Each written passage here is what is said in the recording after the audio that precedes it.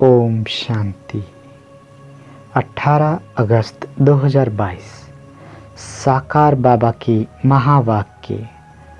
बाबा कहते, मीठे बच्चे, तुम हो रूहानी सर्जन और प्रोफेसर। तुम्हें हॉस्पिटल कम यूनिवर्सिटी खोल अनेकों का कल्याण करना है। प्रश्न, बाप भी धर्म स्थापन करते और अन्य धर्म स्थापक भी धर्म स्थापन करते, दोनों में अंतर क्या है? उत्तर, बाप सिर्फ धर्म स्थापन करके वापस चले जाते, लेकिन अन्य धर्म स्थापक अपनी प्रारब्ध बनाकर जाते हैं। बाप अपनी प्रारब्ध नहीं बनाते। अगर बाप भी अपनी प्रारब्ध बनावे तो उन्हें भी कोई पुरुषार्थ कराने वाला चाहिए। बाप कहते, मुझे बादशाही नहीं करनी है, मैं तो बच्चों की फर्स्ट क्लास प्रारब्ध बनाता हूँ। आज का गीत, रात की राही थक मत जाना, सुबह की मंजिल दूर नहीं। ओम शांति। बाबा कहते, गीत जैसे कि बच्चों ने बनाया है, गीत का अर्थ तो और कोई जान भी ना सके। बच्चे जानते हैं अब घोर अंधियारा पूरा होता है, धीरे धीरे अंधियारा होता गया है। इस समय कहेंगे घोर अंधियारा। अभी तुम राही बने हो सोझरे में जाने लिए, अथवा शांति धाम पियर घर जाने लिए। वह है पावन पियर घर और ये है पतित पियर घर। प्रजापिता में जो प्यूं बैठा है उनको तुम बाप कहते हो।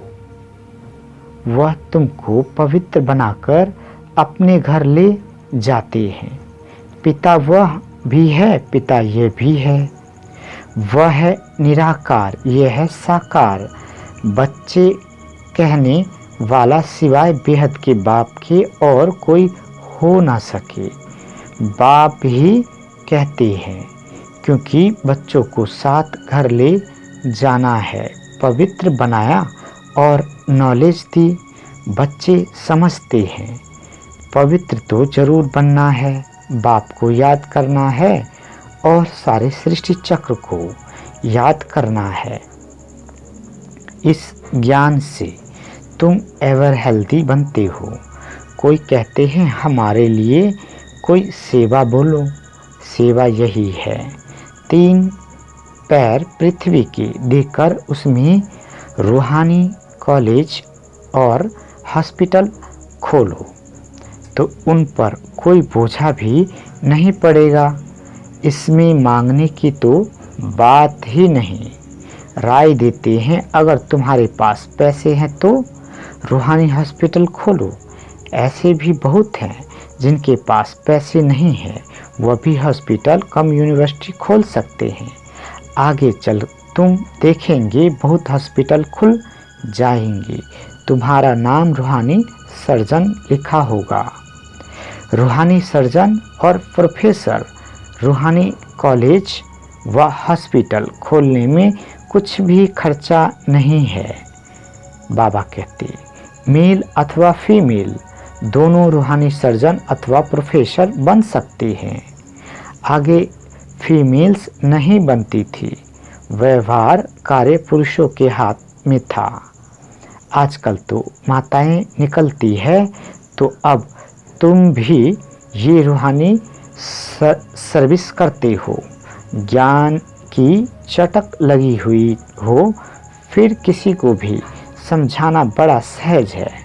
घर पर बोर्ड लगा दो, कोई बड़ी हॉस्पिटल कोई छोटी भी होती है। अगर देखो बड़ी हॉस्पिटल में ले जाने वाला पेशेंट है तो बोलना चाहिए कि चलो हम आपको बड़ी हॉस्पिटल में ले चलें, वहाँ बड़े बड़े सर्जन हैं। छोटे सर्जन बड़े सर्जन के पास भेज देते हैं, अपनी फी ले लेते हैं, फिर समझते यह मरीज ऐसा है, इसको बड़ी हॉस्पिटल में ले जाना चाहिए, ऐसी राय देते हैं। तो ऐसे सेंटर खोल बोर्ड लगा दो तो मनुष्य वंडर खाएंगे ना। ये तो कॉमन समझने की बात है। कलयुग के बाद सतयुग जरूर आता है। बाबा कहते भगवान बाप ही नई दुनिया स्थापन करने वाला है। ऐसा बाप मिल जाए तो हम क्यों ना वर्षा लेवे। मन वचन कर्म से इस भारत को सुख देना है। मन वचन कर्म सो भी रूहानी मनसा अर्थात याद और वचन तो सुनाते ही दो है। मन मना भव और मध्याजीव भव। बाप और वर्षे को याद करो, दो वचन हुए ना। वर्षा कैसे लिया कैसे गवाया, ये है चक्र का राज। बुढ़ियाओं को भी शौक होना चाहिए, बोलना चाहिए हमको सिखलाओ। बूढ़े बूढ़े भी समझा सकते हैं, जो और कोई विद्वान पंडित आदि नहीं समझा सकते, तब तो नाम वाला करेंगे। चित्र भी बहुत सहज है, कोई की तकदीर में नहीं है तो पुरुषार्थ करते नहीं है। सिर्फ ऐसा नहीं समझना है कि मैं बाबा की हो गई, वह तो आत्माएं बाप की है ही। आत्माओं का बाप परमात्मा है, ये तो सेकंड की बात है। बाबा कहते उनसे वर्षा कैसे मिलता है, वह कब आते हैं, यह समझाना है। आगे भी संगम पर समझाते हैं। सतयुग में तुमने इतने जन्म लिए, त्रेता में इतने जन्म, 84 का चक्र पूरा किया। अब फिर से स्वर्ग की स्थापना होनी है। सतयुग में और कोई दूसरे धर्म होते नहीं। कितनी सहज बात है। दूसरे को समझाने से खुशी बहुत होगी, तंदुरुस्त हो जाएंगे, क्योंकि आशीर्वाद मिलती है ना। बूढ़ियों के लिए तो बहुत सहज है, ये दुनिया के अनुभवी भी है। किसी को ये बैठ समझाए तो कमाल कर दिखाए।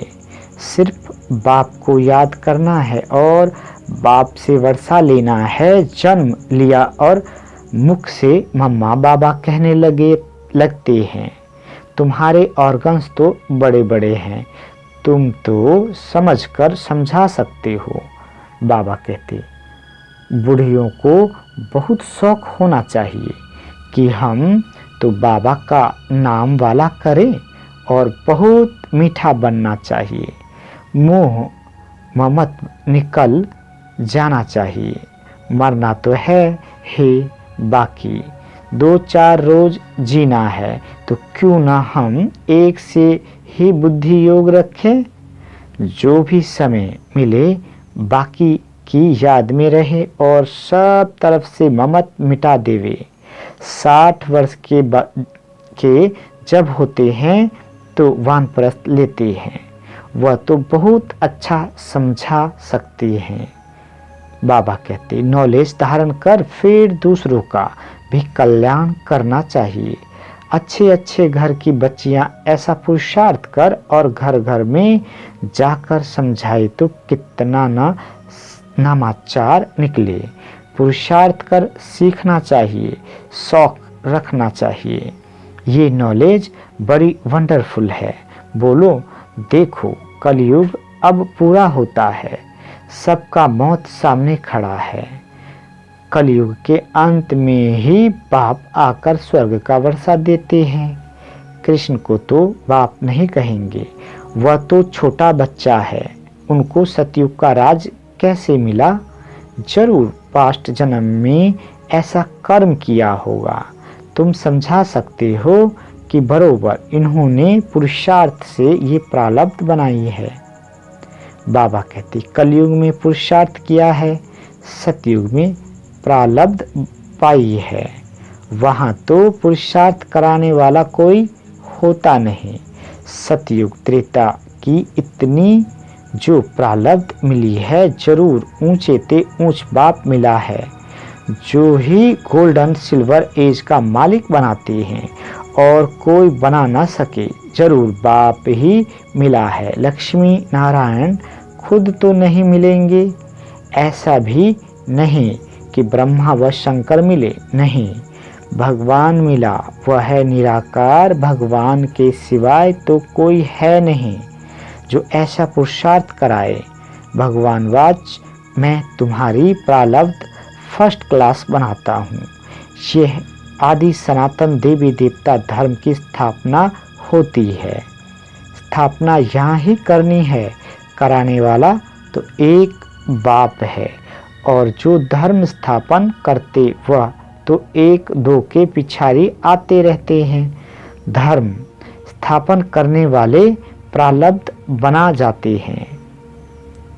बाप को तो अपनी प्रारब्ध नहीं बनानी है, अगर प्रारब्ध बनाई तो उनको भी पुरुषार्थ कराने वाला कोई चाहिए। शिव बाबा कहते हैं, मुझे कौन पुरुषार्थ कराएंगे, मेरा पाठ ही ऐसा है, मैं बादशाही नहीं करता हूँ, ये ड्रामा बना बनाया है। बाप बैठ समझाते हैं, मैं तुमको सभी वेदों शास्त्रों का सार समझाता हूँ, ये सब है भक्ति मार्ग। अब भक्ति मार्ग पूरा होता है, वह उतरती कला अब तुम्हारी होती है चढ़ती कला। कहते हैं ना, चढ़ती कला सर्व का भला। सब मुक्ति जीवन मुक्ति को पा लेते हैं, फिर पीछे 16 कला से उतरते उतरते 9 कला में आना है। ग्रहण लग जाता है ना, ग्रहण थोड़ा थोड़ा होकर लगता है, ये तो है बेहद की बात। अभी तुम सर्वगुण बनते हो, फिर त्रेता में 2 कला कम होती है, थोड़ा कला बन पड़ते हुए, इसलिए पुरुषार्थ सतयुग की राजाई के लिए करना चाहिए। कम क्यों लेवे, परंतु सभी तो इम्तिहान पास कर नहीं सकते। जो 16 कला संपूर्ण बने, बच्चों को पुरुषार्थ कराना और करना है। इन चित्रों पर बहुत अच्छी सर्विस हो सकती है, बड़ा क्लियर लिखा हुआ है। बोलो, बाप स्वर्ग की रचना रचते हैं तो फिर हम नरक में क्यों पड़े हैं। ये पुरानी दुनिया नरक है ना, इसमें दुख ही दुख है, फिर जरूर नई दुनिया सतयुग आना चाहिए। बच्चे निश्चय बुद्धि है, वहाँ कोई अंधश्रद्धा की बात नहीं। कोई भी कॉलेज में अंधश्रद्धा की बात नहीं होती, एम ऑब्जेक्ट सामने खड़ी है। उन कॉलेज आदि में इस जन्म में पढ़ते हैं, इस जन्म में ही प्रारब्ध पाते हैं।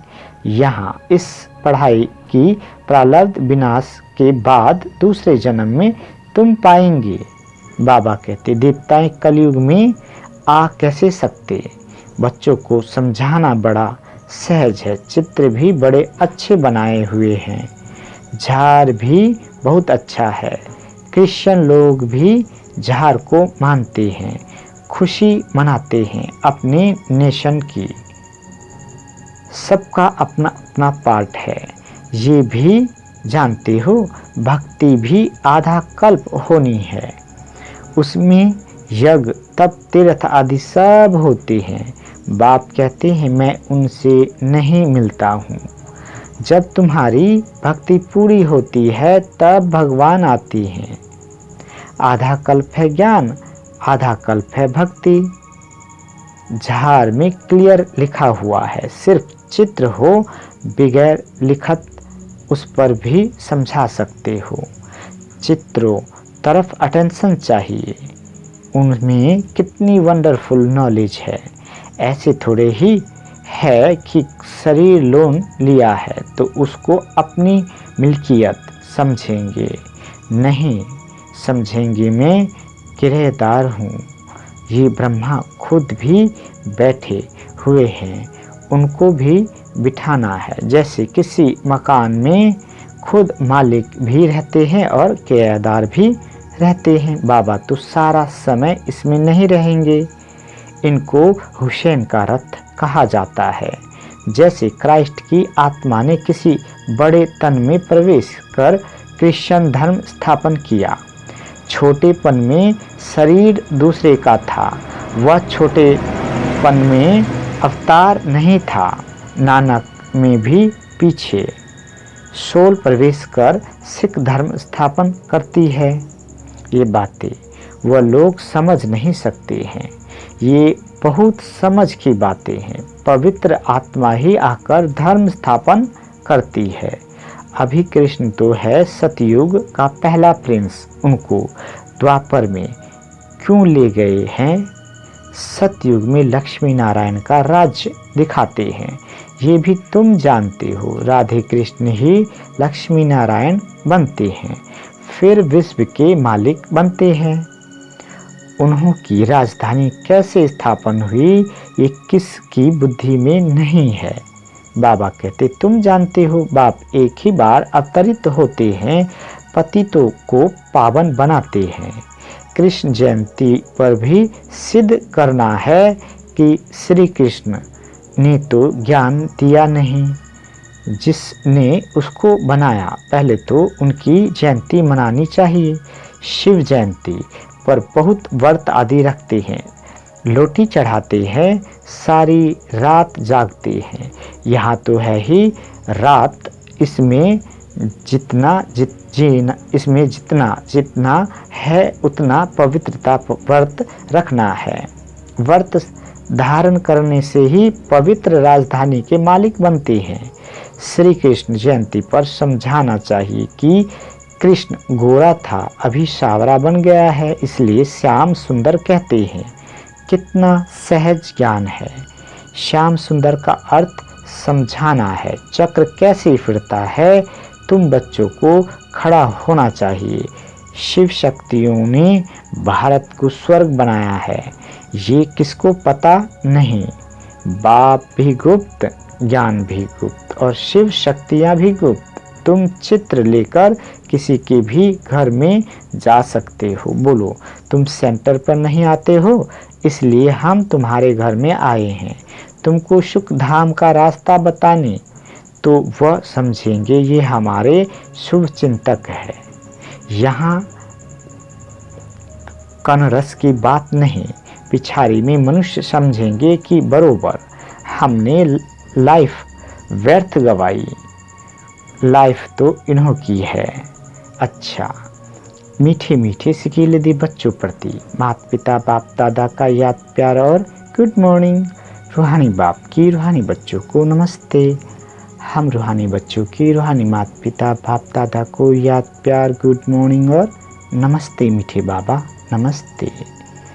धारणा के लिए मुख्य सार। पहला पॉइंट, नष्टो मोहा बन एक बाप से ही अपना बुद्धि योग रखना है। देही अभिमानी बन यही शिक्षा धारण करनी और करानी है। दूसरा पॉइंट, मन वचन कर्म से भारत को सुख देना है। मुख से हर एक को ज्ञान के 2 वचन सुनाकर उनका कल्याण करना है। शुभ चिंतक बन सबको शांति धाम सुख धाम का रास्ता बताना है। बाबा वरदान देते, बेफिक्र बादशाह की स्थिति में रह वायुमंडल पर अपना प्रभाव डालने वाले मास्टर रचयिता भव। विस्तार, जैसे बाप को इतना बड़ा परिवार है फिर भी बेफिक्र बादशाह है। सब कुछ जानते हुए देखते हुए बेफिक्र ऐसे फॉलो फादर करो। वायुमंडल पर अपना प्रभाव डालो। वायुमंडल का प्रभाव अपने ऊपर नहीं पड़े, क्योंकि वायुमंडल रचना है और आप मास्टर रचयिता हो। रचता का रचना के ऊपर प्रभाव हो के कोई भी बात आए तो याद करो कि मैं विजयी आत्मा हूँ। इससे सदा बेफिक्र रहेंगे, घबराएंगे नहीं। आज का स्लोगन, प्रसन्नता की छाया द्वारा शीतलता का अनुभव करो तो निर्मल और निर्माण रहेंगे। अच्छा, ओम शांति। बाबा